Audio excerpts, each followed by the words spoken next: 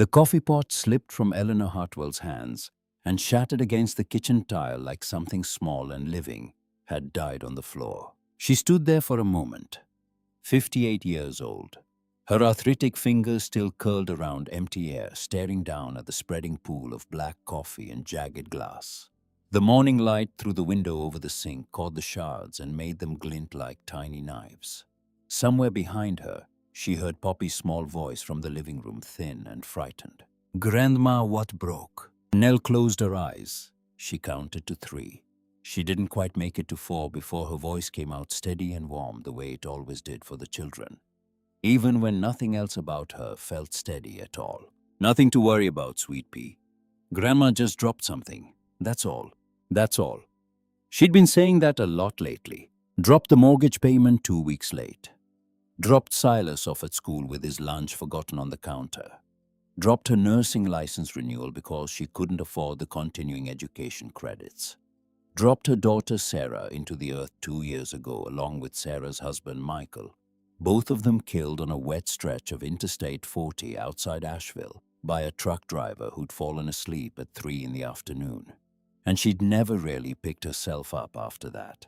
She just kept moving, kept feeding 4 grandchildren, kept pretending she wasn't drowning. Nell reached for the dish towel hanging from the oven handle and lowered herself down onto her knees, wincing at the sharp complaint from her joints. She scooped the glass carefully into the towel. A piece caught her thumb, drew a bright thin line of blood. She didn't stop. There wasn't time to bleed. The kitchen clock read 6:47. Delaney still needed her hair braided. Silas was probably still wearing yesterday's shirt because he'd fallen asleep in it and refused to change. Wyatt, her oldest at 13, was already standing in the doorway when she looked up, his backpack slung over one shoulder, his mouth set in that grim little line that had become his default expression since his mother died. "You're bleeding, Grandma." "It's nothing. Let me see." She held up her thumb. He crossed the kitchen in 3 long strides, took her hand in his and looked at the cut, with the seriousness of a boy who had learned too early that adults were breakable. He was tall for 13. He had his mother's eyes. "I'll get the Band-Aids," he said. "Wyatt, honey, I can." "I know you can, just let me." She let him. While he rummaged through the drawer where they kept the first aid supplies, Nell surveyed her kitchen and felt something inside her chest give a slow, quiet crack. Peanut butter fingerprints on the refrigerator door. A stack of unopened bills leaning against the fruit bowl, their colored envelopes almost cheerful in their menace. Final notice, final notice, final notice. A pill organizer on the counter that held her blood pressure medication and her cholesterol pills and the nerve medication she'd been prescribed after Sarah's funeral, which she'd stopped taking 6 months ago because the copay was $30 a month and $30 was $30. The room smelled like burnt coffee and something else she couldn't name. Something like giving up. Wyatt bandaged her thumb with careful, precise movements. When he finished, he didn't let go of her hand right away. "Grandma," he said quietly, "we don't have milk again. Add it to the list. The list is 3 pages long. Then add it anyway." He didn't argue. He just squeezed her hand once gently, the way she used to squeeze Sarah's hand at the doctor's office when Sarah was small and scared. Then he went to help his brother find his shoes. By 7:15, she had herded all 4 of them into the aging Ford Escape, each with a lunch packed from the last of the bread and the very last spoonful of peanut butter scraped from the bottom of the jar. The check engine light on the dashboard glowed a steady accusatory orange. Nell tapped it twice the way she always did, as if she could bargain with it. The light stared back. "Grandma," Delaney said from the back seat, her hair still uneven where Nell had tried to braid it in a hurry. "I need $8 for the field trip to the Science Museum on Friday." Nell exhaled slowly through her nose. "Okay, honey, I'll figure it out. Mrs. Perkins said if I don't bring the money by Thursday, I can't go." "I said I'll figure it out." Delaney went quiet. She was 10 years old, small for her age, and she had a way of going still and watchful when the grown-ups were stressed that broke Nell's heart every time she noticed it. In the rearview mirror, Nell watched her granddaughter turn her face to the window and pretend to look at something interesting. She dropped them at Ridgewood Elementary with quick kisses and forced smiles, watching them disappear into the flow of backpacks and morning noise. Wyatt walked Poppy to the kindergarten door, holding her small hand in his. He was 13 years old, and he was already an old man. Nell sat in the parking lot for 2 full minutes before she started the car again. Rosie's diner was a 15-minute drive across town, and by 7:50 she was tying on her apron, clocking in on the ancient time clock behind the counter, and settling into the rhythm that had kept her upright for the last 2 years. Refills, wipe-downs, orders, smiles, old men in trucker caps who called her ma'am, young mothers who tipped in loose change. The rhythm was safety. As long as her hands kept moving, her mind couldn't sit down and look at itself. At 1:15, Rosie herself came out from the back office, a cream-colored envelope in her hand. "This came for you yesterday, honey. I forgot to give it to you. Looks important." Nell wiped her hands on her apron and took it. The paper was thick, embossed in the corner with a name she'd never heard of. Brennan and Whitmore attorneys at law, Fairbrook, North Carolina. Fairbrook. She'd never been there. She wasn't even sure where it was. "Thanks, Rosie." "Everything all right? I'm sure it's nothing." She folded the envelope and slipped it into her apron pocket. And for the rest of her shift, it sat against her hip like a small, warm animal breathing. She didn't open it until she was back in the Escape at 3:30, waiting in the school pickup line with the engine off to save gas. The parking lot was still mostly empty. She peeled back the flap slowly, as if she expected something to jump out at her. "Dear Miss Hartwell, it is with regret that we inform you of the passing of Mr. Howard Brennan of Fairbrook, North Carolina, on August the 3rd of this year. As his sole surviving blood relative, you have been named the exclusive beneficiary of his estate. The principal asset in question is the Marigold Hill Hotel, located at 47 Ridge Road, Fairbrook, North Carolina.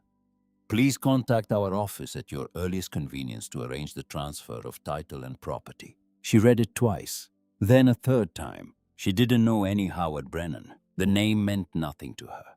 Not a whisper of memory, not a fragment of a story her mother had ever told. Margaret Hartwell had been a woman of few words and fewer photographs. A mother who spoke of the past the way some people speak of illness, reluctantly, and only when absolutely necessary. Nell had grown up assuming that was just her mother's way. Some people were quiet. Some people carried their pain like a locked box in the closet and simply chose not to open it. She sat in the Ford with the letter in her lap and stared at the front doors of the school, and a strange feeling began to move through her. Not curiosity, not yet. Something smaller and older than that. The feeling of a door somewhere in her house, creaking open in a room she hadn't entered in years.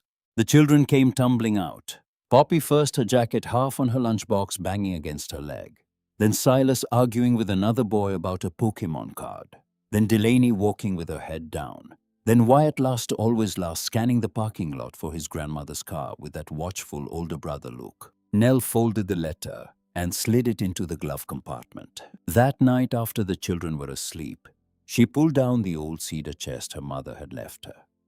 It had been sitting in the back of Nell's closet since 2018, when Margaret had died of a stroke in her sleep at 71.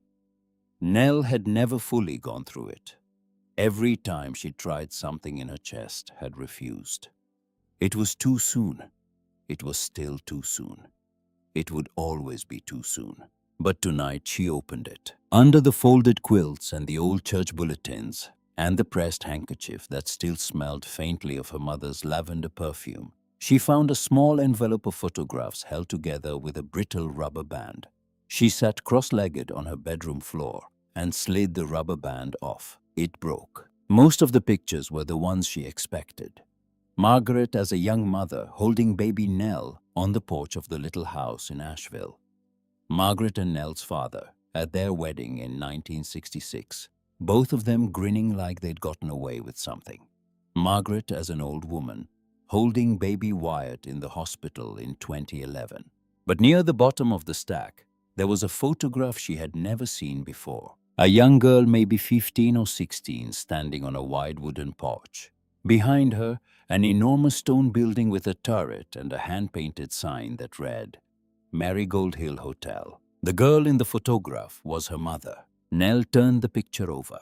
On the back in a hand she didn't recognize someone had written in faded blue ink, Meg Summer of 1962. She still smiles sometimes. Nell sat very still. Her mother had never once mentioned Marigold Hill.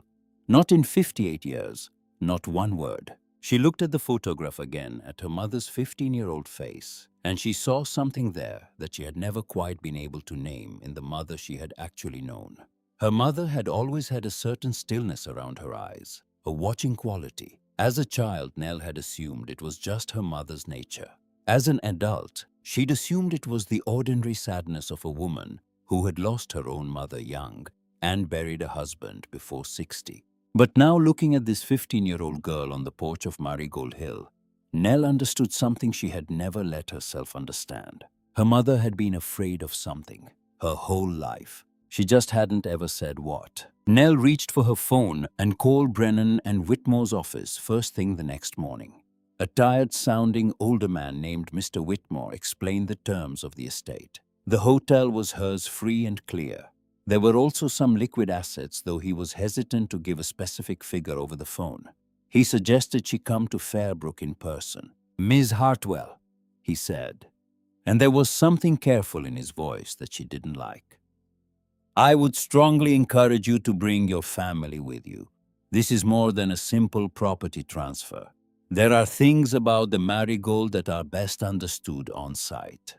What things? There was a long pause. Just come, Miss Hartwell, please. She hung up and stood in her kitchen and thought about it. She had $843 in her checking account. She had a mortgage that was 2 months behind. She had a car with a check engine light and a daughter in the ground, and 4 children who deserved more than what she could give them.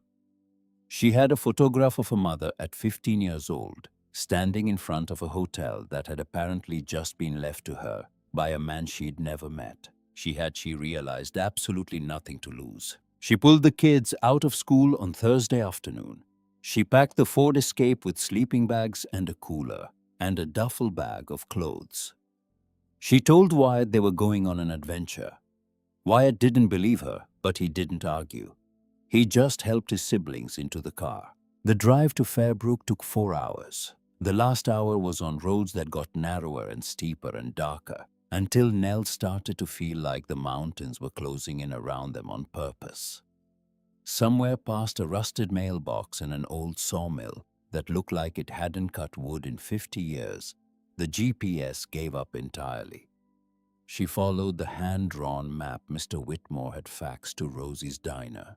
Grandma, Silas said from the back seat. This looks like a movie where the family gets murdered. Silas Michael Hartwell. What it does? Wyatt in the passenger seat said nothing.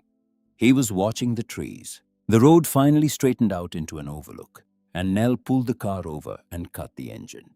Below them, cradled in a bowl of green and gold hills, sat the town of Fairbrook. It was small, maybe 2,000 people. The rooftops sagged, the chimneys leaned. A single church steeple caught the last of the afternoon sun.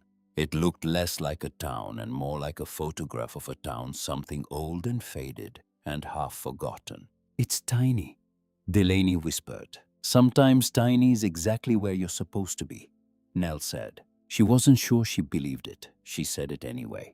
The Marigold Hill Hotel came into view 10 minutes later, rising above the tree line at the northern edge of town, like something that had been waiting. It was enormous, 3 stories of dark stone and weathered wood, with a wide sagging porch and a turret that pointed at the sky like an accusing finger. Vines had crawled up the western wall and swallowed most of the windows. The paint on the sign was cracked, but the gold letters were still legible. Marigold Hill Hotel, established 1901. Nell parked in the gravel drive. Nobody spoke. Grandma. Poppy finally said in a small voice, Is that ours? I think it is, honey. It's scary. I know, sweet pea. They approached the front doors carefully. The iron handles were rusted shut. Nell circled the porch, trying windows. Eventually, she found a side door off what must have been the old dining room, the frame warped from decades of humidity. With some effort and a groan from the wood, it opened. The smell hit them all at once. Mildew, old dust, something faintly sweet and rotten underneath. "It smells like a dead grandma's basement," Silas announced. "Silas, sorry." They stepped inside. The lobby was cavernous and dim, filled with the slow drifting of dust motes in slanting afternoon light. A grand chandelier hung in the middle of the room, tangled in cobwebs. The reception desk leaned to one side. Behind it, a wall of small numbered mail slots still held brass keys hanging in tidy rows, as if they were waiting for guests who had never come back. But underneath the decay, Nell saw something else. The wide sweep of the staircase, the intricate carving on the banister, a faded mural above the fireplace that showed rolling hills, and a scattering of what looked like fireflies. It had been beautiful once. It had been more than beautiful. It had been loved. She walked to the reception desk and ran a finger along the dust of the old ledger. Above her, on a hook, one brass key hung slightly apart from the others.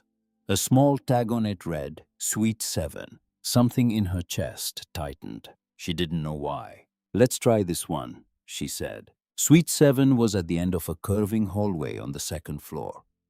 Past peeling wallpaper and closed doors, and the kind of silence that felt like it was listening back. When Nell fit the key into the lock, it turned easily as if it had been oiled. The room was intact. Dusty, yes. Old, yes. But not rotted. The bed was made, the yellowed linen folded down neatly at the corners. The curtains hung straight. A stone fireplace sat cold at one end. A wooden desk faced the window, and on the desk was a single dry marigold in a small glass vase, its color long faded to brown. Nell stood in the doorway and felt something she couldn't name. The air in the room was warmer than the rest of the hotel, warmer and somehow familiar. Wyatt opened the closet. "There's still clothes in here," he said. Delaney climbed up on the window seat. "I like this room." Poppy just held Nell's hand. They spread sleeping bags on the bed and the floor. Nell fed the children peanut butter sandwiches from the cooler. She told them a soft version of the story that a distant relative had left her this old hotel, that they were going to stay for a few days and figure out what to do with it, that everything was going to be all right. Wyatt watched her while she talked. He didn't say anything, but she knew he knew that she was scared. After the children fell asleep, Nell sat at the desk and pulled open the top drawer. Inside was an envelope, yellowed, brittle. On the front, in looping cursive, someone had written, "For Meg, if you ever come back." Nell's hands began to shake. Meg, her mother. She opened the envelope carefully. Inside was a single sheet of paper folded 3 times, dated in the corner, October 12th, 1978. The letter was signed at the bottom by a name she now knew but had never spoken aloud. Howard Brennan. "Meg, I know you won't come. I know you promised your mother you wouldn't. But I have kept this room the way you left it in the summer of '62 in case someday the promise loosened. It hasn't. 16 years now. I don't blame you. I write to tell you 2 things. First, I have not forgotten her. Not one day. Not 1 hour. I keep her name in the ledger and her flowers on the desk. And I say the truth of what happened to her to myself every night out loud, so that at least one person in this town is still saying it. Second, if you have a daughter, and if that daughter has children, and if the promise no longer needs keeping, send them here. Not for the hotel, for what is buried under it. I have kept it as long as I can. But I am not young, and secrets are heavier than stone. Yours in what remains, Howard." Nell read the letter 3 times. She read it until the words stopped meaning anything and became just shapes on the page. Then she folded it very carefully and set it on the desk, and she put both her hands over her mouth so the children wouldn't hear her cry. Her mother had been here. Her mother had been 15 years old here. Her mother had made a promise, and someone, a girl, a woman, someone had died in this town, and Howard Brennan had spent his whole life keeping her name alive when nobody else would. Nell sat there for a long time. Somewhere in the walls of the hotel, a floorboard settled with a slow, deliberate creak. She didn't move. It was almost midnight when someone knocked on the door of Suite 7. Nell jumped so hard she almost knocked the letter off the desk. She stood heart pounding and crossed the room. Through the door, she called softly so as not to wake the children. "Who's there?" "June Carter. I run the cafe down the hill. Saw your car pull in this evening. Thought you might want something hot to drink." Nell opened the door a crack. The woman standing in the hallway was maybe 50 tall, with silver-streaked dark hair pulled into a low braid, and the kind of tired, warm face that a person earns rather than inherits.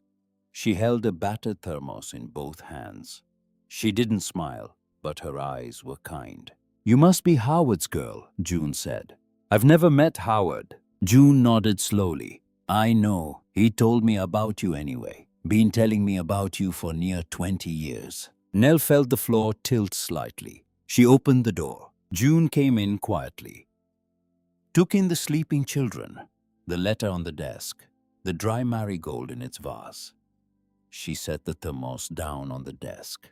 She looked at Nell for a long moment before she spoke. "Miss Hartwell, there are some things about this hotel that Howard couldn't put in a lawyer's letter. Some things about your family, about your mama." Nell held her breath. "There's a whole cabinet of letters in the back office," June said quietly. "He wrote to you for 20 years, every year on your birthday. He knew when you graduated nursing school. He knew when you got married. He knew when your daughter was born. And he knew when she died. He kept a scrapbook, Miss Hartwell. He watched you your entire life. He just never had the right to tell you why." Nell's knees felt weak. She sat down on the edge of the desk. "Why?" she said. And it wasn't a question so much as a small broken sound. June looked at her steadily. "Because your mama made him promise. And Howard Brennan was a man who kept his promises even when they cost him everything." The wind outside picked up. Somewhere down the hall in the direction of the sealed-off west wing, a floorboard shifted, not settled, shifted, like something had moved across it. Poppy stirred in her sleep. She murmured a word. Nell didn't catch it at first. She had to lean closer. Poppy said it again, very softly, her eyes still closed. "Cecilia." Nell went absolutely still. She had never spoken that name aloud in her life. She had never even heard it before. She was certain of it, absolutely certain. June was watching Poppy too. "Miss Hartwell," June said very quietly. What did she just say?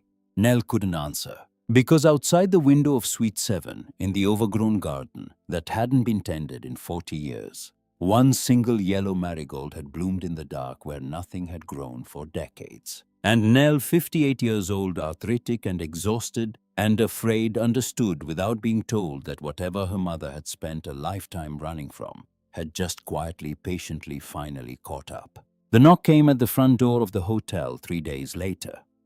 Nell was in the lobby sorting through Howard's letters, 20 years' worth, tied in bundles, addressed to her, but never sent, when she heard the heavy iron knocker fall 3 times against the wood. She opened the door. The man on the porch was in his early 60s, silver-haired, wearing a grey suit that fit him too well for a town this size. He smiled at her the way a good salesman smiles at an old woman he intends to cheat. "Miss Hartwell, my name is Walter Hensley. I'm the mayor of Fairbrook." He held out his hand. She didn't take it. "I've come," he said, still smiling, "to make you a very generous offer for this hotel. $3 million cash, today. And I'd like to strongly suggest, ma'am, for your sake, and for the sake of those 4 beautiful grandchildren I saw you with in town yesterday, that you accept it and go home." Behind Nell, from somewhere deep inside the hotel, a door slowly creaked open on its own. Nell did not take Walter Hensley's hand. She stood in the doorway of the Marigold Hill Hotel, 58 years old, in a cardigan she had owned for 12 years. And she looked at the silver-haired man on her porch, and she felt something she had not felt in a very long time. She felt her mother, not a memory of her mother, not a thought about her mother. The actual presence of Margaret Hartwell standing behind her left shoulder, the way she used to stand behind Nell when Nell was small and a stranger came to the door. Watchful, still, afraid but hiding it well. $3 million, Nell repeated slowly. Cash in your account by Monday morning. For a broken-down hotel that hasn't taken a guest in 50 years. For peace of mind, Miss Hartwell. Hensley's smile stayed exactly where it was, but something behind his eyes tightened. For a woman your age, raising 4 children alone, in your circumstances. In your circumstances, he said it kindly. He said it like a favor. And Nell, who had spent 32 years as a nurse reading the faces of men who were about to lie to her about how much pain they were really in, understood 2 things in the space of a single breath. The first was that Walter Hensley knew exactly how much money she had in her checking account. The second was that he was frightened. She smiled at him, the same small, polite smile she used to give to angry husbands in the ER waiting room. "Mr. Mayor," she said, "I appreciate you coming all the way up here, but I've only been in this hotel 3 days. I'm not ready to make a decision like that. Give me some time." "Miss Hartwell, a week, that's all I'm asking." He studied her for a long moment. The smile stayed. The eyes did not. "A week," he said finally. "But Miss Hartwell, please understand. There are people in this town who have been waiting a very long time for this hotel to be resolved. Old families, tired families. It would be a kindness to everyone if you simply took the money and let this place rest." "I'll think about it." "Do." He turned and walked down the porch steps to a black Cadillac Escalade she hadn't noticed before, and she watched him drive away down the long gravel road until the trees swallowed him. Then she closed the door and leaned her forehead against the wood and let herself shake for exactly 10 seconds. That was all she allowed, 10 seconds. Then she straightened up and went to find June Carter, because a man does not offer a 58-year-old widow $3 million for a ruin unless there is something in that ruin worth 10 times more. The storm came in that night. Nell had gotten the children to sleep upstairs in Suite 7, all 4 of them piled together in the big bed the way they slept when they were scared. Wyatt had positioned himself on the outside closest to the door. He hadn't said why. He didn't need to. Nell kissed each of their foreheads and closed the door quietly behind her. And she went downstairs to the lobby with a flashlight and Howard's oldest letters and a resolve she hadn't felt since the day she signed the papers to take custody of her grandchildren. The storm hit around 11. It came in fast off the ridge. Thunder cracking so hard it rattled the chandelier over her head. Rain lashing sideways against the tall windows. The old hotel groaned like a ship in heavy water. Nell sat at the reception desk with the flashlight propped up and read Howard's letters by its beam. He had written her 41 times. Once a year on her birthday. Once when Sarah was born. Once when Sarah got married. Once when Wyatt was born and Delaney and Silas and Poppy. Once when her husband died of colon cancer in 2020. Once when Sarah died in the accident on I-40 in 2023. Every letter dated. Every letter unsent. Every letter began the same way. "Dear Nell, there is something I need to tell you before I die. But I promised your mother I would not, and I keep my promises. So I'm writing this instead, and I will not send it, but I will put it in the drawer where the others are. And when the time comes, perhaps you will find them, and know that at least one person in this world watched you and loved you and could not say why." Nell was on the 34th letter when the floor beneath her feet made a sound she had never heard a floor make. It was not a creak. It was not a settle. It was a long, low, dragging sound deep down under the floorboards, like something heavy being pulled across stone. She stopped breathing. The sound stopped. She waited. It came again. She stood up slowly, flashlight in one hand, and she walked into the dining room where the tall oak cabinet stood against the eastern wall. In the daylight, she had not noticed anything unusual about it. But now, with the storm outside and the flashlight beam trembling slightly in her old hands, she saw what she had missed. The cabinet had moved. Not much. 2 inches. Maybe 3. Enough to show a dark seam of wall behind it.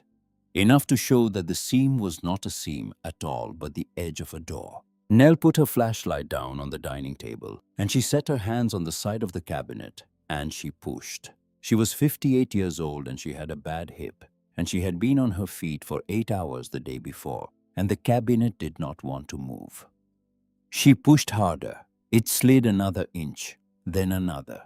She braced her feet and put her back into it the way she used to brace to lift heavy patients out of bed at Mission Hospital, and the cabinet groaned across the floor, and the door behind it swung open on its own. Cold air came out of the dark like a breath. She picked up the flashlight. The stairs went down. Nell Hartwell had raised 4 children after burying her own.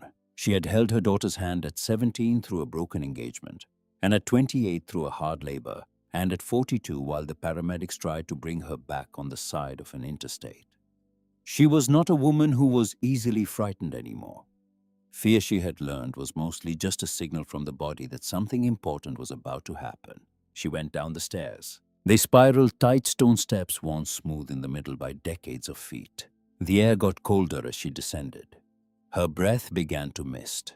At the bottom, the stairs opened into a small round chamber built of native mountain rock, older than the hotel above it. Older, she thought, than the town. Columns supported a low domed ceiling. In the center of the room, a single stone pedestal cracked down its middle. On the far wall, a small brass plaque, green with age. She wiped it with her sleeve. One word carved deep in capital letters: Truth. She stared at it for a long time. Then she looked down at the floor around the pedestal, at the fine layer of dust that covered everything. And she saw the footprints. 2 sets. One coming toward the pedestal from the direction of her stairs, and another set, smaller, sharper, going away from the pedestal in the opposite direction toward a low black opening in the far wall she had not noticed at first. Someone else had been down here recently, and they had not left the way she had come in. Nell's flashlight flickered. She smacked it against her palm. It steadied. Behind the pedestal, half buried in the dust, something glinted. She bent down her knee, protesting, and she picked it up. An old brass key, ornate, heavy with a spiral pattern etched into its head. A small rusted tag hung from it on a wire. Stamped into the tag was one word: Truth. She slipped the key into her cardigan pocket, and she climbed the stairs, and she pushed the cabinet back into place, and she stood in the dining room of the Marigold Hill Hotel with rain hammering the windows. And she understood that whatever her mother had been afraid of her entire life was not a memory. It was still here. It was still moving, and someone else was already looking for it. The next morning, she went to see Wyatt in the kitchen. He was making toast for his sisters and brother out of the bread June had brought them the day before. He looked up when she came in. He read her face the way he always did. "What's wrong, Grandma?" "Nothing's wrong, honey. But I need your help with something today." "Okay." "There's an old safe in one of the rooms upstairs, room 13. I need to open it, and I don't think I can do it by myself. Can you come with me after breakfast?" Wyatt looked at her for a long, steady moment. He was 13 years old. He had lost his mother and his father in the space of 90 seconds on a wet stretch of highway. He knew when adults were asking for help and when they were asking to not be alone. "Yes, Grandma." Room 13 was at the far end of the second-floor hallway, past the sealed-off entrance to the west wing, where the air always smelled faintly of old smoke. The door had been the honeymoon suite once, according to a small tarnished plaque. But it did not look like a honeymoon suite now. It looked like a room where something had ended. Nell unlocked the door with the master key from the reception desk. Inside, velvet curtains hung in tatters. A gilded mirror above the fireplace was cracked from top to bottom so that anyone who looked into it saw themselves twice. Under a crumbling portrait of a woman Nell did not recognize, an iron safe sat set into the wall, its surface scorched, its dial rusted almost solid. Wyatt crouched down beside it. "Do you know the combination?" "No."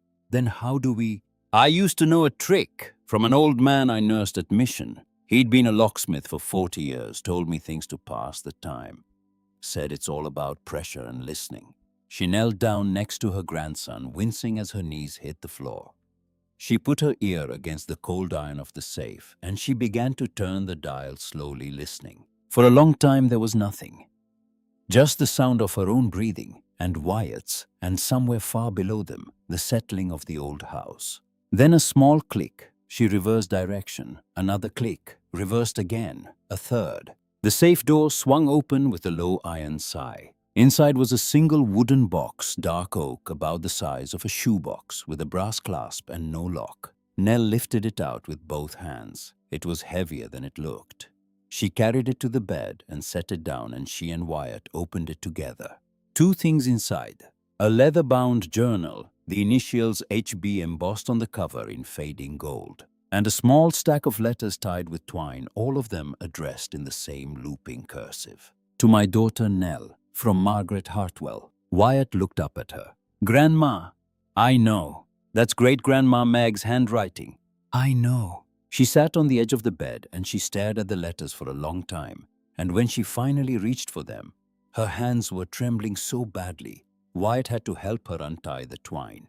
The top letter was dated November of 1978. Nell, my darling, you are 11 years old today, and I have not been able to tell you the truth about who I am or where I come from, and I am beginning to understand that I never will.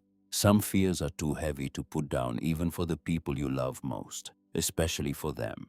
Because to tell you what I saw in Fairbrook in the summer of 1962 would be to put a weight on your small shoulders that no 11-year-old should carry, and to leave you not telling you would be, I hope, a kind of protection.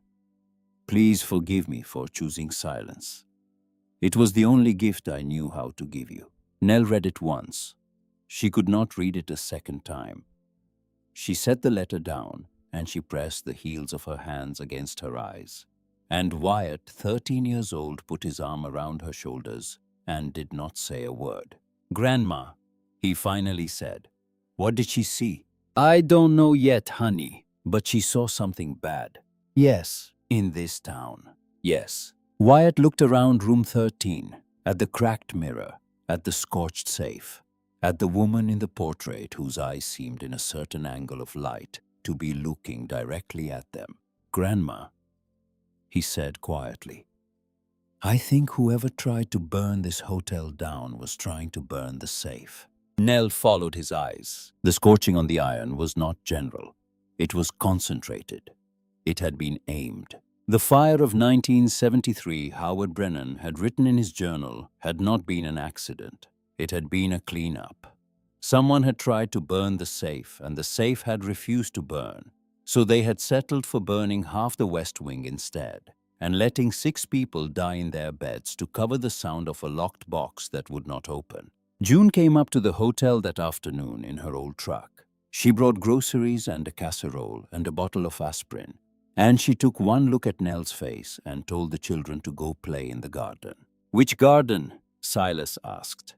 The one full of dead bushes or the other one full of dead bushes? The one on the east side, honey. Grandma and I need to talk. They sat in the lobby with Howard's journal open between them. And Nell told June what she had found.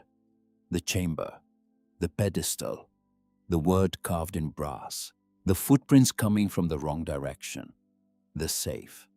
Her mother's letters. June listened without interrupting. When Nell was done, June was quiet for a long time. There's someone you need to talk to, she said finally. My Uncle George. He worked at this hotel the night of the fire in 73. He was 15 years old. He hasn't spoken about that night to another human being in 40 years. But I think he'll talk to you. Why me? Because you look like her. Like who? June looked at her. Like your mama. They drove up into the hills the next morning in June's truck. The road was barely a road, 2 tire tracks in red clay brush scratching the sides of the truck. The trailer at the end of it sat on cinder blocks in a clearing full of wind chimes hanging from tree branches. An old man in his late 60s sat on the porch in a rocking chair, a shotgun laid across his knees watching them come. He did not lower the shotgun until June got out. Uncle George, this is Eleanor Hartwell, Meg's girl. The old man looked at Nell for a long, long time. Then he set the shotgun aside and he stood up slowly, and he took his cap off, and he said in a voice that had not been used to say anything gentle in many decades, Come inside, ma'am. I've been waiting 50 years for someone to come ask. The inside of the trailer smelled like cedar and tobacco. Newspaper clippings covered the walls pinned up with yellow tape. George Carter lowered himself into a worn recliner. Nell sat across from him on a kitchen chair. "You know about the blood," he said. "I know something is buried here. I don't know what." He nodded slowly. "Old mountain folk, ma'am, before the roads, before the electric came in. They believed the ground under this valley was restless. People got sick here. Cattle wouldn't drink from the creek. So they did what mountain people did back then. They tied the pain of the land to the pain of a person, made a bargain. A grief anchor, they called it. The land would sleep as long as somebody carried its weight, as long as the weight had a name. And when the person died, they named another and another. That's what the hotel was, ma'am. It wasn't a hotel. It was a house for grief. People came here from all over these mountains with things too heavy to carry. Willa Street James in 1956 lost her baby. Thomas Keene in 68 lost his 3 brothers in the Farmington mine collapse. Your mother came in the summer of 62, ma'am. Nell's breath caught. My mother came here. Yes, ma'am, she came here in June of 62. She stayed the summer. She was 15 years old, and she brought her sister. Her sister. George Carter looked at her. Her half-sister, ma'am. A little girl of 13 named Cecilia Rains. Same father, different mother. Nobody knew about her. She'd been hid away by the family her whole life because your grandfather had loved a woman he wasn't supposed to love. Your mother was the only one who knew where she was. And when your grandmother got sick that spring, and it was clear she was dying, your mother brought Cecilia here to hide her. Because the men in your family, ma'am, were going to make Cecilia disappear the minute your grandmother was in the ground. And your mother knew it. Nell could not speak. She hid her in the walls of this hotel. George said, Howard Brennan helped her. He was young then. He was in love with your mother. He would have done anything for her. They kept Cecilia hidden for 11 weeks, and then someone gave her up. Who? I don't know, ma'am, to this day. But I know who took her. I saw them. I was 15 years old, and I was cleaning the pantry the night they came. 4 men. They took her out of the basement. They dragged her out into the yard. Your mother tried to stop them. She was 15, ma'am. She was just a girl. One of them hit her so hard she was in bed for a week. Nell put a hand over her mouth. They killed her, George said quietly. Cecilia, in the woods behind the hotel, and then they buried her under the lobby floor. And they told the whole town she'd never existed. And 11 years later, when Howard started asking questions again, they set the fire in the West Wing to try to burn what he had in that safe. 6 people died in that fire, ma'am. Not one of them was named in the paper. And your mother left this town the morning after Cecilia was killed. And she never came back. And she made Howard swear on the life of any child she might ever have that he would not tell you why. The trailer was very quiet. Nell said, Who were the 4 men? George looked at her. Old families, ma'am. Old Fairbrook families. The kind of families that still run this town today. Give me a name. George Carter was quiet for a long time. Then he said, The one who gave the orders. The one who did the hitting. His name was Harlon Hensley. Nell closed her eyes. The mayor's father.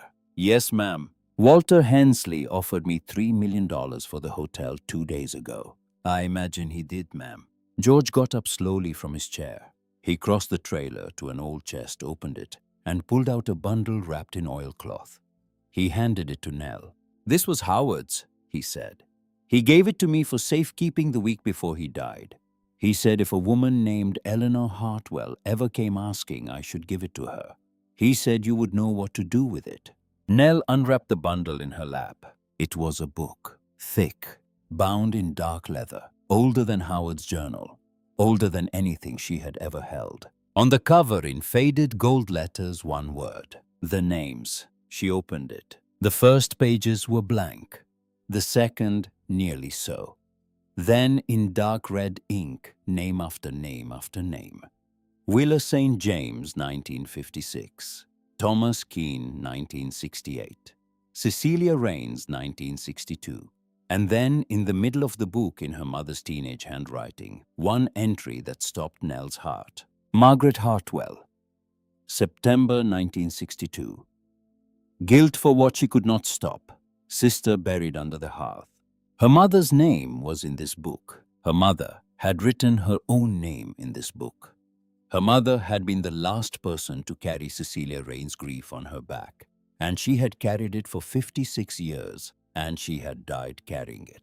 Nell turned the page. The final written line in a handwriting she did not recognize, dated only 4 days ago. Eleanor Hartwell, September 2025. TBD.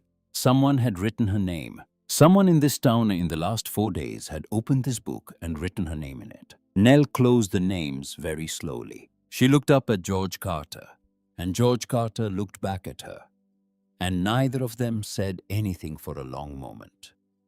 Outside, a wind picked up and moved through the trees around the trailer, and somewhere far below them in the valley, in a hotel built on top of a 13-year-old girl who had been dead for 63 years, a floorboard shifted on its own.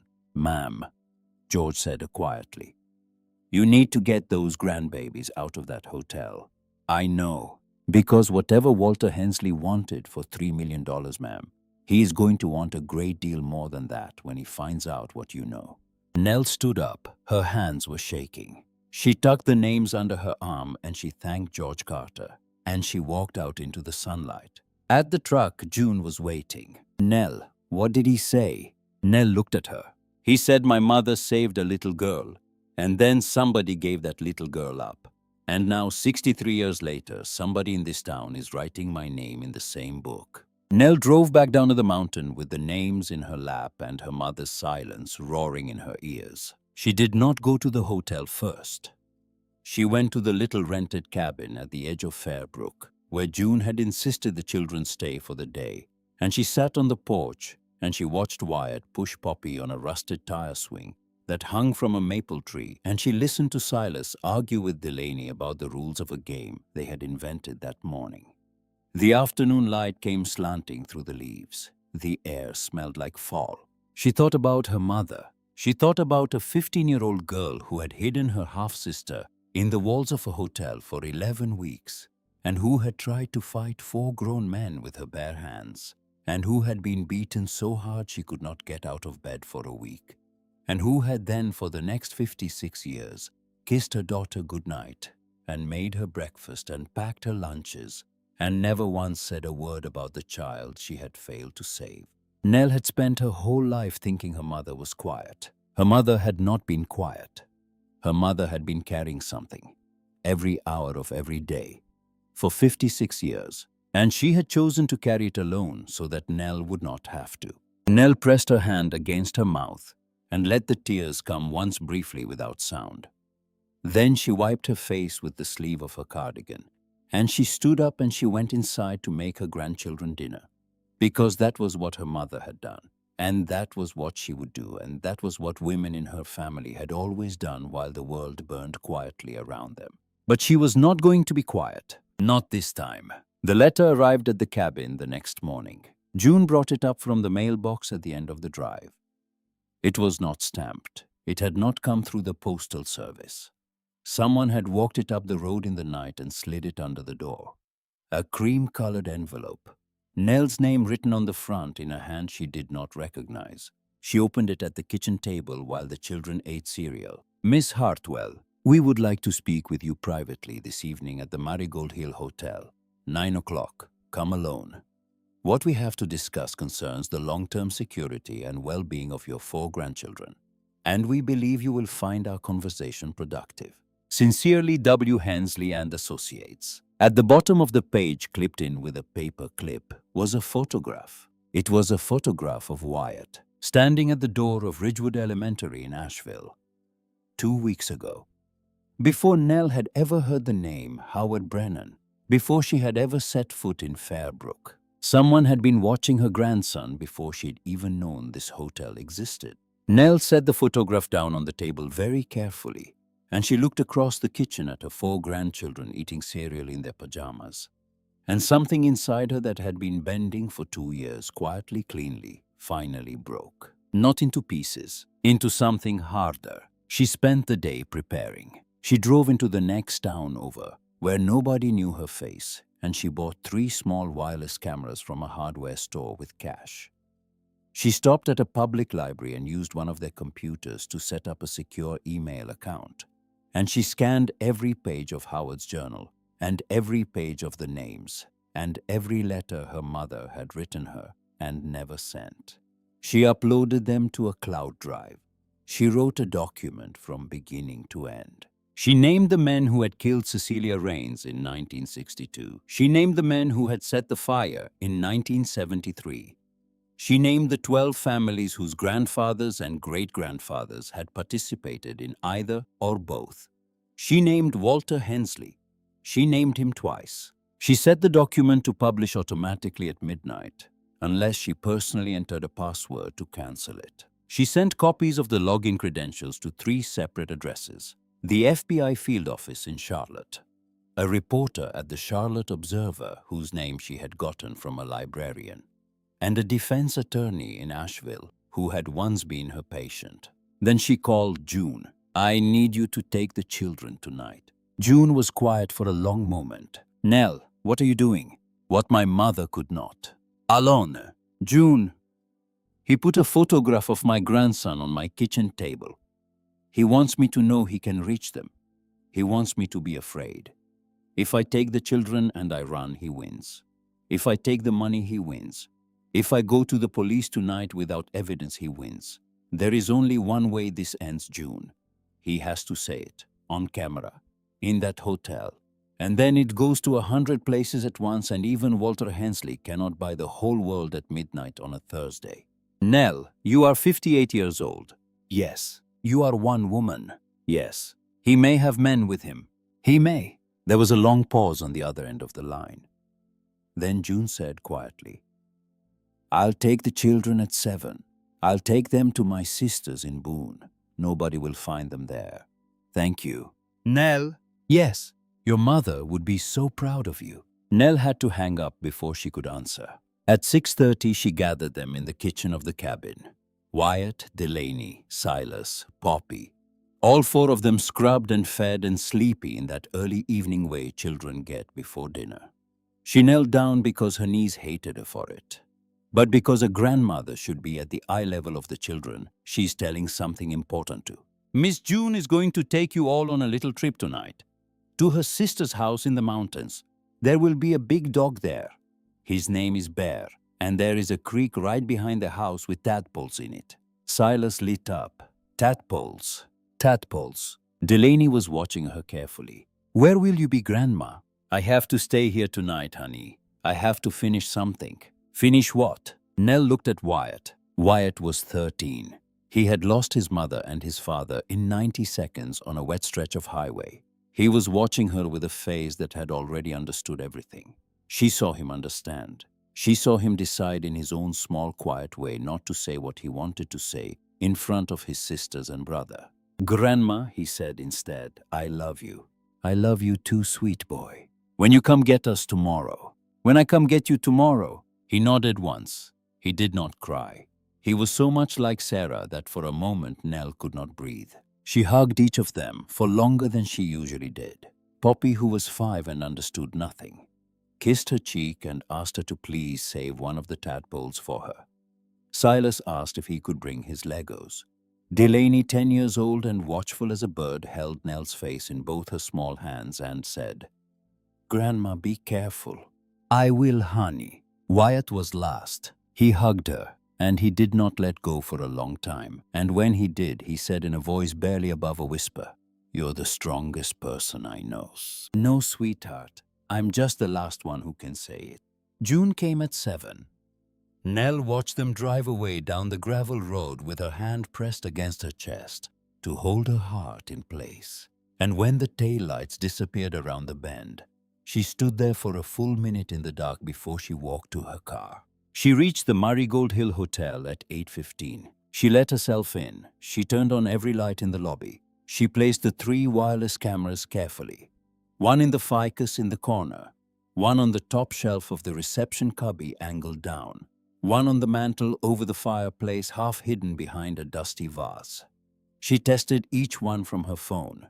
All three were transmitting cleanly. She started a live stream to the private channel she had set up that afternoon and confirmed that the time-stamped video was archiving in real time to the same cloud drive that held her document.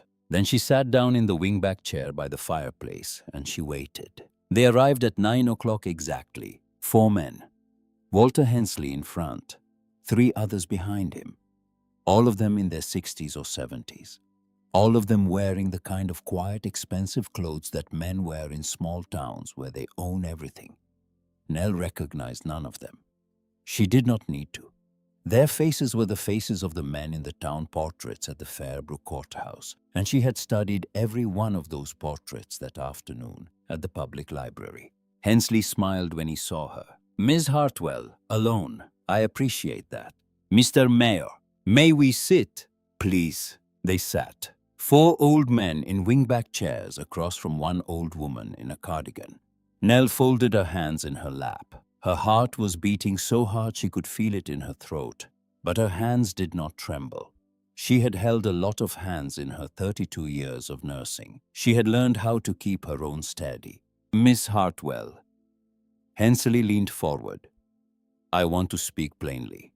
My associates and I represent 12 families in this county. Old families. Families whose roots in Fairbrook go back to before the Civil War. There are certain historical matters concerning this hotel and concerning your family that we would prefer remain historical." "I'm sure you would." "We are prepared to offer you $200 million, held in trust, untouchable by any court, structured for the education, the housing, and the lifelong security of your 4 grandchildren, Wyatt, Delaney, Silas, and little Poppy." He said each of their names slowly, deliberately. He wanted her to know he knew them.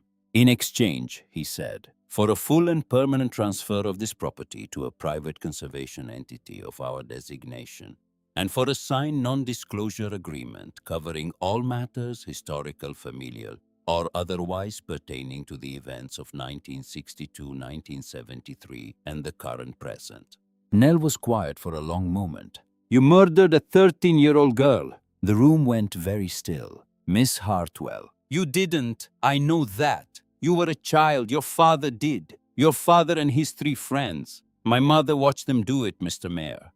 She was 15 years old and she watched your father beat a little girl to death in the woods behind this hotel. And then she watched your father bury that little girl under the floor of this lobby. And then your father hit my mother so hard she could not walk for a week. And then he told her that if she ever spoke a word, she would go into the ground next to her sister. And my mother went home to Asheville, and she carried that silence for the rest of her life. She died carrying it. She died of a stroke in her sleep at 71 years old. And I always used to wonder why my mother, who was the kindest woman I ever knew, sometimes woke up in the night screaming. Now I know." Hensley's face had gone still. The other 3 men were not looking at her. $200 million, Nell said quietly, for 63 years of silence. "Do you know what that comes to, Mr. Mayor? Roughly $3 million per year of my mother's life. Roughly $154,000 for every year. Cecilia Raines has spent under the floor of this hotel. That's what you think a little girl's name is worth." "Miss Hartwell, please. You put a photograph of my grandson on my kitchen table this morning. That was a threat, Mr. Mayor. Say the word." Hensley did not say the word. But he did not deny it either. And in the small silence, one of the other 3 men, the oldest of them, a man with heavy jowls and a signet ring on his little finger, said quietly, "Ma'am, you have 4 grandchildren. You are alone. Please be reasonable." "I am being reasonable, sir. I am giving you a chance to leave this house, right now, without me on my knees. That is more of a chance than you gave Cecilia Raines." "Miss Hartwell." Hensley stood up. His voice was low and it was no longer polite. "You do not know what you are doing. You do not know this town. You do not know what happens in this town when people decide to speak. You will be alone. You will be one old woman against 12 families and every institution in this county, and when it is over. If you are lucky, you will still have your grandchildren. If you are not lucky, ma'am, they will grow up hearing that their grandmother went crazy in a hotel and burned it down with herself in it. Do you understand me? Nell stood up too. She was 58 years old. She had a bad hip. She was 5 feet 4 inches tall. She looked up at Walter Hensley, who was 6 feet of Fairbrook nobility, and she said in a voice as calm and clear as a church bell at noon, "Mr. Mayor, I have been broadcasting this conversation live to the internet since 8:30. There are cameras in this room. There are 3 of them. They are running right now. Everything you have said in this room in the last 7 minutes is already stored on a server in California. At midnight tonight, my full statement along with photographs, journal entries, ledger records, and my mother's letters will publish automatically to a public archive. Copies of the credentials have already been sent to the FBI, the Charlotte Observer, and an attorney in Asheville. You cannot buy midnight, Mr. Mayor. Midnight is already sold." Hensley's face went white. The oldest man, the one with the signet ring, said, "You're bluffing." Nell held up her phone. On the screen in a small window, the 4 of them were sitting in the lobby of the Marigold Hill Hotel. The timestamp in the corner ticked forward. The little red dot next to the word live pulsed slowly. 240 viewers, 241, 243. Hensley took a step toward her. He was not a large man, but he was a frightened man, and frightened men are the most dangerous kind. Nell did not move. She stood in front of her fireplace with her hands at her sides, and she looked him straight in the eye. "Mr. Mayor," she said quietly, "you are on camera. You are on camera doing whatever you do next." He stopped. He stood there for a long, long moment, his chest rising and falling, and Nell watched 62 years of a man's identity break apart in his eyes. Then very slowly he sat back down. He put his face in his hands. "And Walter Hensley, mayor of Fairbrook, son of Harlon Hensley, grandson of the man who had founded this town on the labor of silenced women and buried girls, began to cry. Not the way a child cries, the way an old man cries, quietly, almost politely. "It wasn't me," he said. "It wasn't me. I was 6 years old. I didn't know for years.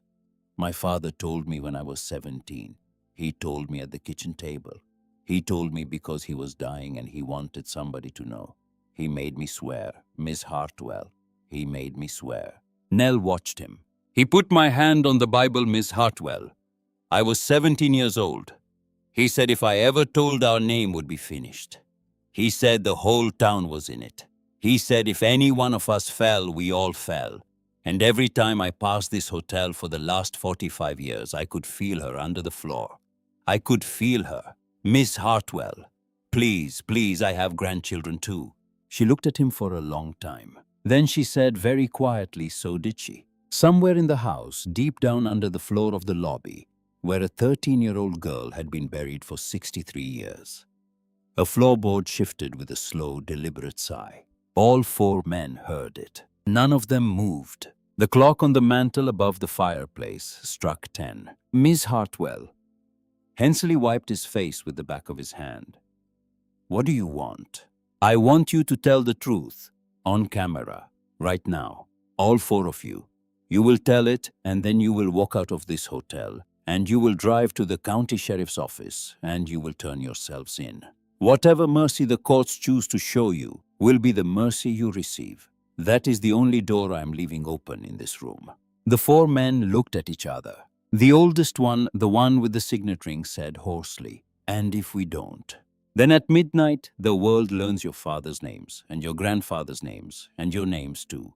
And your grandchildren, sir, will read those names in the newspaper on their way to school in the morning." Silence. Then one by one, the 4 old men began to speak. They spoke for 47 minutes. They named names. They named the fire of 1973. They named the 2 other women besides Cecilia Raines, whose bodies were still, they believed, under the foundations of this hotel. They named the men in the current sheriff's department who had known and been paid to look elsewhere. They named a state senator. Nell listened without interrupting. At the end, Walter Hensley looked up at her with red, exhausted eyes. "Miss Hartwell," he said, "for what it is worth, I'm sorry. I have been sorry my entire life. I did not know how to be sorry out loud until tonight. I know. Will you cancel the midnight publication?" "No, sir, I will not." He nodded slowly. "That is fair." They stood, all four of them, slowly like men who had been sitting for a very long time. They walked to the door of the Marigold Hill Hotel. At the threshold, Walter Hensley turned back once. "Miss Hartwell." "Yes." "Your mother was a very brave girl." "Yes, she was." "You are her daughter?" "Yes, I am." He walked out.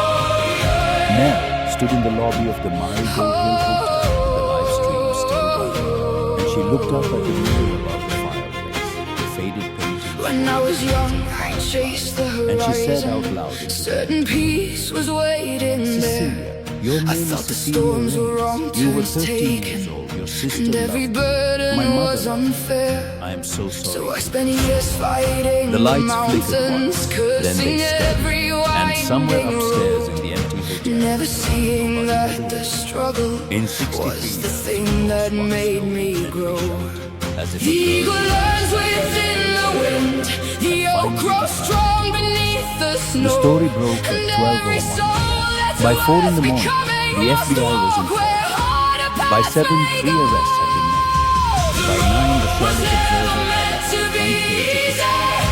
The storm By noon, was the never story was meant to national. Nell was not there pass. for The it. waves were not Nell was in meant to Dream, stop me. and Dream's sister's They were kitchen, there to drinking teach coffee me at a how scrubbed to pine last. table, Every while 4 trial is grandchildren part ate of the scrambled eggs journey. with big yellow dogs. Every scar becomes a guide. The Wyatt sat mountain in his is not in He did my not ask way. what happened. The mountain is the reason He did for not the know. climb. He just leaned his head against her shoulder while he ate his toast, and Nell put her arm around him and kissed the best. 6 months later, on a bright cold morning, I've the Marigold known Hill loss that Hotel left opened me its doors. broken. I've known fear that stole my It was not breath. a hotel. I've known The sign nights above so the door. cold and endless. It read I in barely gold. take one step.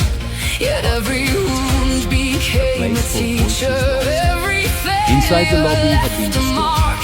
And The mural every above the valley fireplace that I walked through placed The floor another where Cecilia star had been within the been dark. The consecrated. river doesn't small fight the canyon. It learns to carve its way ahead. What seems a wall to those who fear it becomes a loved by path for those who tread. She was loved by all. The road was never meant The to house be was not haunted. easy. Nell The knew this storm was because never Poppy, who was still meant the to one pass. The waves were not had said so meant in to their stop first me. They were there to teach Grandma, me the lady in the how flower to dress, last. Every didn't trial is part No, of the honey. journey. Did she go somewhere? Every scar I think she went to becomes give a guide. Was The her sister mountain mad? is not Her in sister my was your way. great-great-great- The mountain is the reason for the climb. Poppy thought about it for a while. Then she said, yes, when I grow For up. the climb. Nell had to turn her face to the window.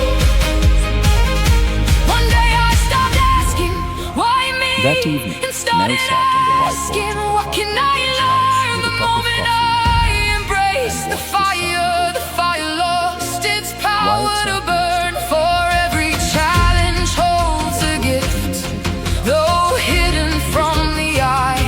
The obstacle and destination that it was the first chapter will of a never book separate called all The House this That Knew My time. Name. The wind came up off the Was mountain. never meant to be easy. The storm was Poppy had never planted along meant to end. The battles were not sent to break me. They were sent to shape Nell the closed her man I eyes. am. She thought of Every her. trial is She thought of part her of the 15-year-old journey. Every loss becomes a light. The mountain is And she not thought of in the my 15-year-old way. The mountain is the reason I can rise. Whose names The would never thunder finds me again. come in heaven. And dark measured in clouds the courage of gather one in the sky. I'll greet them like old companions. The porch light came on. Because they Wyatt turned the belong Somewhere in the marigolds, a firefly blinked once in the growing dark, then went still. Nell Hartwell finished her coffee. She went inside. She closed the door. She was home.